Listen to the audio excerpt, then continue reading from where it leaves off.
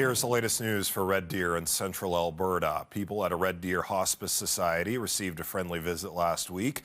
Local company First Call Restorations brought a pair of horses for porch-side visits to people staying in hospice.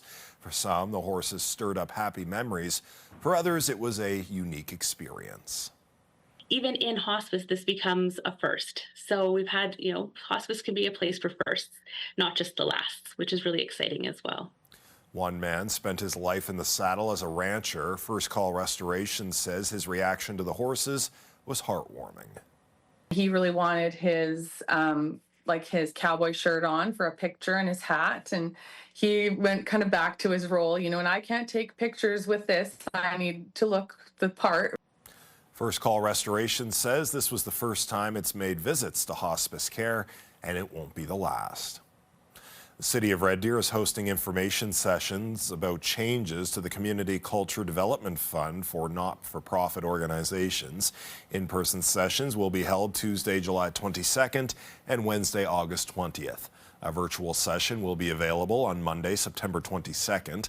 Topics include allocation of grant resources, expanded opportunities, including events and other cultural projects, and eligible expense criteria. For more information, go to reddeer.ca. An acreage north of Springbank Airport has nearly 100 vintage tractors lined up, ready to be auctioned off this weekend.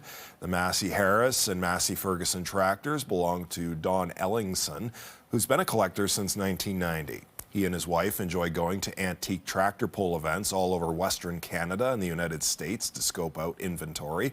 Ellingson has restored some of them while others are starting to show their age.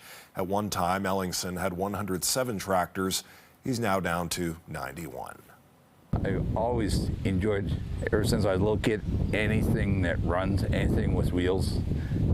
I was always interested in trying to figure out how it worked. And I was very shy when I was very young, but I was studying everything very closely to figure out how it worked. Ellingson says it's time to part with his collection because his health is failing. He says some of the restored tractors should fetch up to $10,000 US.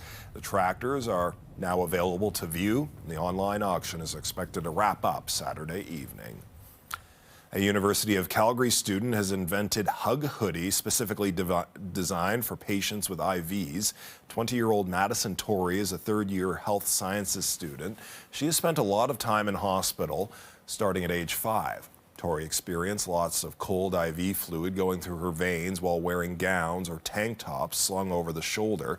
So she developed the Hoodie with an opening for IVs while keeping patients cozy and warm. She's working with a Canadian manufacturer and is seeking corporate sponsors to buy them for patients in hospitals. They cost $150 each. Westerner Days kicked off with a parade Saturday morning. Premier Danielle Smith, along with MLA Adriana LaGrange, took part riding in a late 1960s Chevy. The parade featured dozens of floats with marching bands playing alongside. Westerner Days runs until Sunday, July 20th. For a schedule of events, go to westernerdays.ca. And just a reminder, if you would like to watch any of these stories again, you can catch them on our YouTube channel. Just search CTV News Red Deer. Taking a look at your Friday forecast. In the morning, temperature-wise, we'll start off anywhere from about 7 to 9 degrees in the region. And we're heading into the low 20s for daytime highs. We will start off with a lot of sun, a little bit of cloud building as we go throughout the day. A little bit gusty at times. The wind will also pick up. And as we go throughout the evening, there's a chance that we could see some scattered showers. And it looks like there's some showers scattered throughout the forecast. Here's a closer look at your Red Deer weather.